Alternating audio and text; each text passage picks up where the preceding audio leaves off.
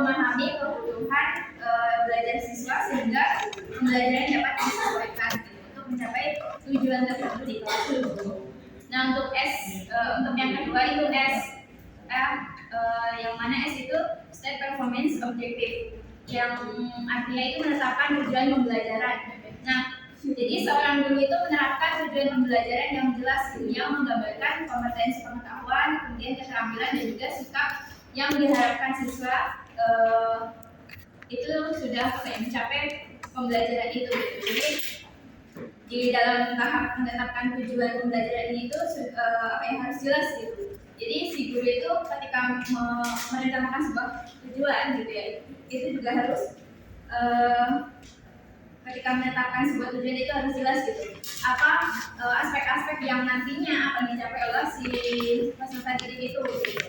Nah kemudian yang ketiga itu ada S lagi, yaitu select method, kemudian media and material, yang dimana artinya itu memilih metode, media dan juga bahan pembelajaran.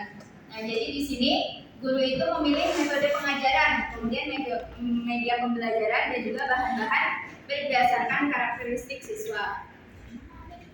Nah jadi pada tahap ketiga ini memilih metode, media dan bahan pengajaran. Nah, jadi di sini penting ya sebagai seorang guru ketika nanti mengajar gitu ya di kelas, melaksanakan kegiatan pembelajaran itu juga harus memilih metode apa yang tepat untuk digunakan, media apa yang tepat untuk digunakan, dan bisa memanfaatkan media yang ada gitu. Jadi misalkan di suatu kelas itu kan ada sebuah fasilitas ya tentunya. Untuk dari sekolah itu biasanya mungkin ada whiteboard, kemudian ada proyektor, LCD dan lain sebagainya. Nah itu bisa mungkin guru itu bisa memanfaatkan media-media itu dengan baik gitu. Kalaupun tidak ada ya sebisanya gitu. Jadi guru itu untuk kreatif gitu, untuk menciptakan media pembelajaran itu sendiri gitu, agar bisa mencapai tujuan pembelajaran yang lebih efektif dan efisien gitu. Kemudian yang keempat itu ada utilize teknologi, media, and material. Jadi mana ini merupakan memanfaatkan teknologi, media dan juga bahan pengajaran. Nah, tadi ya hampir sama. Setelah memilih, tentunya bisa memanfaatkan dengan baik gitu. Jadi guru itu bisa mempersiapkan teknologi, kemudian media dan juga bahan pembelajaran gitu, serta menciptakan lingkungan yang mendukung untuk pembelajaran gitu. Jadi setelah tadi memilih gitu ya, memilih metode yang tepat, kemudian menggunakan media yang tepat dan teknologi yang ada gitu ya, itu si guru itu juga harus bisa memanfaatkan teknologi itu dengan baik. Tujuannya apa?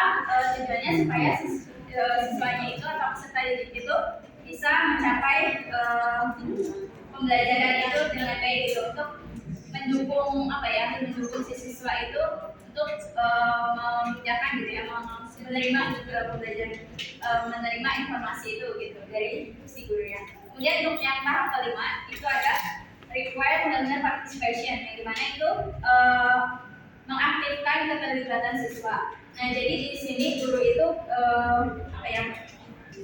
menciptakan atmosfer pembelajaran yang aktif gitu dengan melibatkan siswanya gitu. Contoh misalkan ketika si guru itu di dalam suatu kelas ketika mengadakan kegiatan pembelajaran, nah itu supaya bisa lebih banyak gitu melibatkan siswanya. Atau contoh misalkan kita kan di PAI ya, di PAI itu misalkan kita ada materi terkait tentang buduk ini misalnya. Nah, bisa mungkin kita itu libatkan gitu anak-anak itu untuk bisa ikut praktik gitu, bisa mempraktikkan ke depan gitu. Jadi itu juga nanti akan bisa memotivasi siswanya itu gitu, untuk melakukan atau bisa menerima, apakah si siswanya itu sudah bisa menerima materi itu dengan baik atau belum kayak gitu.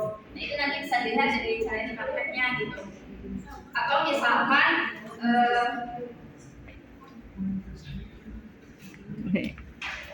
atau lanjut untuk yang keenam, yaitu yang E, itu ada evaluation and revision, yang dimana ini merupakan evaluasi dan revisi. Nah pada tahap ini guru juga perlu gitu mengevaluasi gitu ya pencapaian siswa gitu, untuk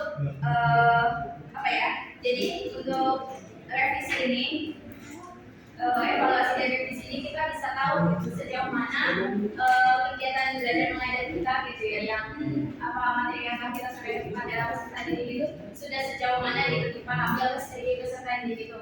Jadi nanti itu juga bisa menjadi apa ya, feedback juga untuk kita gitu sebagai seorang guru, sudah mengetahui sejauh mana peserta didik kita untuk memahami materi yang telah kita sampaikan gitu. Kemudian misalkan dalam tahap pembelajaran juga kalau misalkan si peserta didiknya apa namanya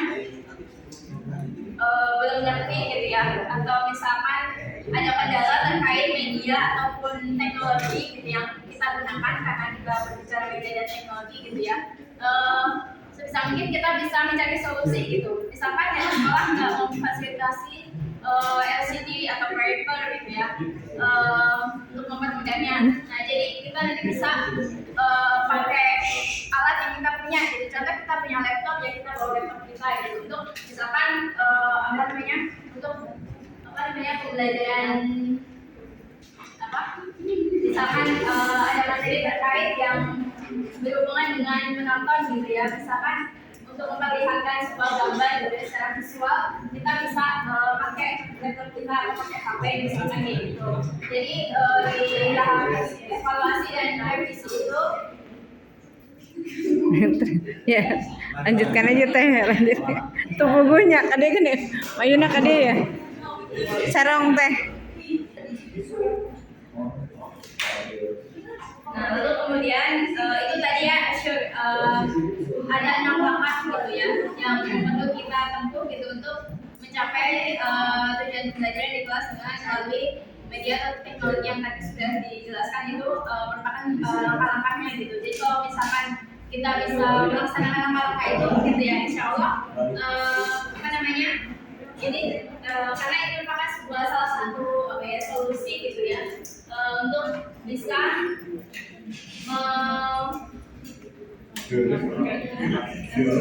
ya solusi untuk kita gitu ya, untuk mencapai tujuan pembelajaran yang efektif dan efisien itu gitu. Kemudian tentunya gitu ya, di dalam apa namanya media ataupun teknologi itu kan tentunya ada sebuah kekurangan dan juga kelebihannya gitu ya. Tidak mungkin suatu apa namanya media atau teknologi itu sempurna gitu ya, 100% sempurna gitu. Bahkan apa namanya ciptaan robot aja gitu ya, itu pasti ada cacatnya gitu ya, pasti enggak. Bentar, sampai file nama nasi.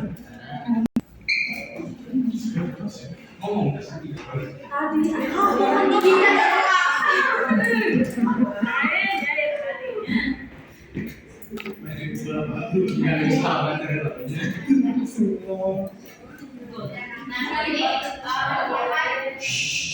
lanjut ya, di sini ada kelebihan dan kekurangan model Azure itu. Nah yang pertama itu kelebihan dari model Azure. Yang pertama itu lebih komprehensif. Jadi pada model Azure ini ketika digunakan dalam apa namanya kegiatan pembelajaran itu lebih komprehensif gitu, lebih menyeluruh gitu. Karena di apa model Azure ini mempunyai kelebihan gitu. Kelebihannya tadi lebih sistematis gitu dan fleksibel atau mudah digunakan gitu di apa namanya di semua tingkatan gitu. Kemudian yang kedua itu ada evaluasi yang teratur. Nah di dalam model Azure tadi kan ada yang langkah terakhir itu ya, ada langkah apa namanya evaluasi dan revisi. Nah pada model Azure ini kelebihannya itu evaluasi secara teratur gitu. Kenapa?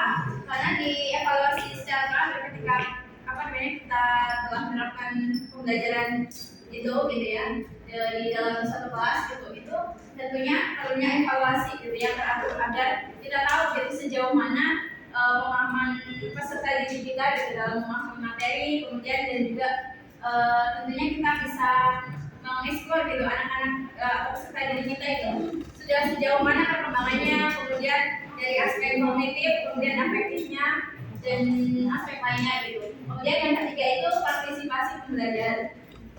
Nah di dalam model Azure ini ketika kita sudah menerapkan 6 langkah tadi gitu ya dengan baik gitu ya, dan tentunya itu ada apa?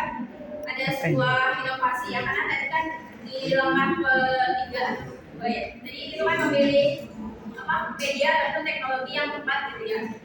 bisa, nah di situ tugas guru harus apa ya, harus kreatif juga gitu, harus inovatif gitu dalam memilih dan juga mengembangkan media dan teknologi yang ada gitu untuk meningkatkan gitu partisipan kita gitu. Jadi si peserta didiknya itu jadi lebih semangat gitu. Misalkan untuk minggu ini gitu ya, kita pembelajarannya secara apa namanya visual gitu, gunakan layar gitu. Terus untuk besoknya kita belajarnya di alam gitu. Nah itu juga bisa meningkatkan semangat gitu dan juga apa namanya rasa semangat dari si pembelajar itu. Kemudian ada orientasi guru.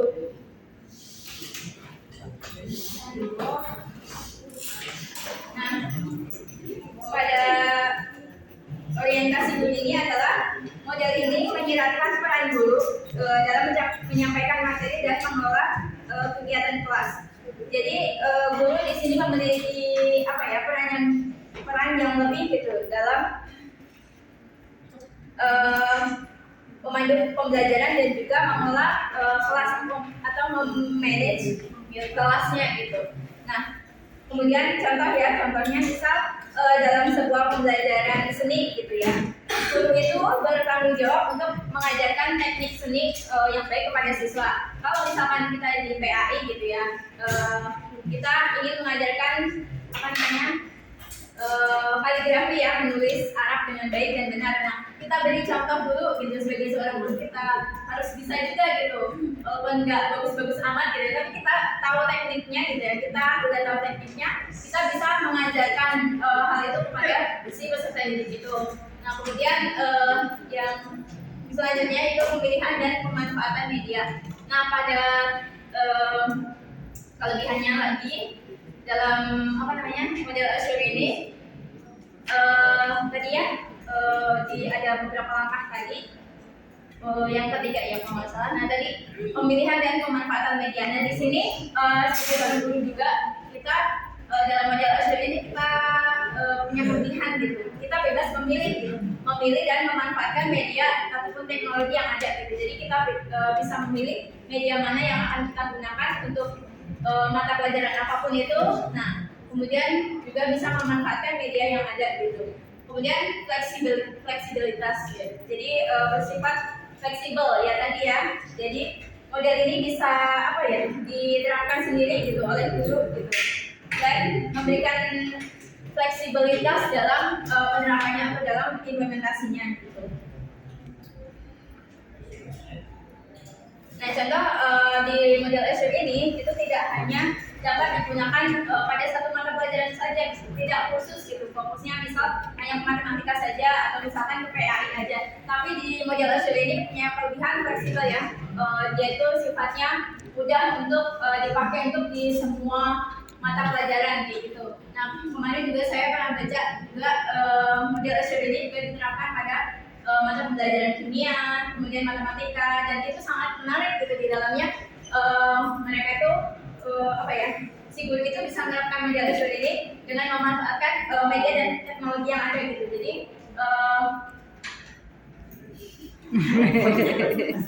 dalam kimia dia memanfaatkan teknologi apa namanya media yang ada di laboratorium kayak gitu, yang ada di sekolah itu gitu. Jadi dia manfaatkan semaksimal mungkin gitu untuk mata pelajaran itu. Kemudian di matematika pun juga ada gitu, bisa diterapkan. Bahkan di PAI sendiri ini juga bisa diterapkan. Nah kemudian dari kelebihan itu kekurangan dari kelebihan. Nah sekarang kita lanjut ke kekurangan dari model Azure ini. Nah untuk kekurangannya sendiri, nah itu tadi ya, tidak spesifik pada mata pelajaran. Nah tadi karena tadi apa sifatnya dia fleksibel gitu, bisa digunakan untuk semua mata pelajaran kayak gitu. Jadi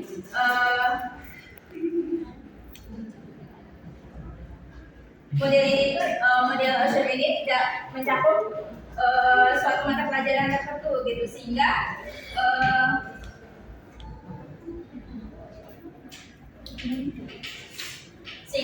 sehingga tidak selalu cocok dengan semua konteks atau bidang studi. Nah contoh misalkan dalam pembelajaran keterampilan tangan gitu ya, pada model ini tuh kurang relevan gitu, karena mungkin mungkin ya tadi ya apa namanya, karena untuk pembelajaran keterampilan tangan itu kan kita bisa apa ya, melakukan tekniknya itu sesuai dengan diri sendiri gitu ya. Beda lagi kalau misalkan kita di mata pelajaran matematika ataupun sains itu kan memang sudah ada ilmunya, kemudian kita di PAI juga sudah ada ilmunya kalau kita apa namanya, gunakan model Lasher ini juga pasti bisa gitu. Tapi kalau untuk misalkan di keterampilan dan juga seni ini kurang gitu, kurang bisa dipakai gitu. Nah, kemudian ada kompleksitas. Yang kedua itu ada kompleksitas yang dimana meskipun memiliki banyak komponen gitu ya di dalam model Lasher ini, tapi tidak semua komponen desain pembelajaran termasuk di dalamnya yang bisa membuat model ini terasa kurang lengkap dalam beberapa kasus gitu. Contohnya dalam pembelajaran olahraga gitu ya, beberapa elemen yang relevan mungkin tidak sepenuhnya tercakup dalam model Lasher ini gitu. Nah, mungkin itu saja yang bisa saya sampaikan. Untuk selanjutnya kita buka sesi diskusi.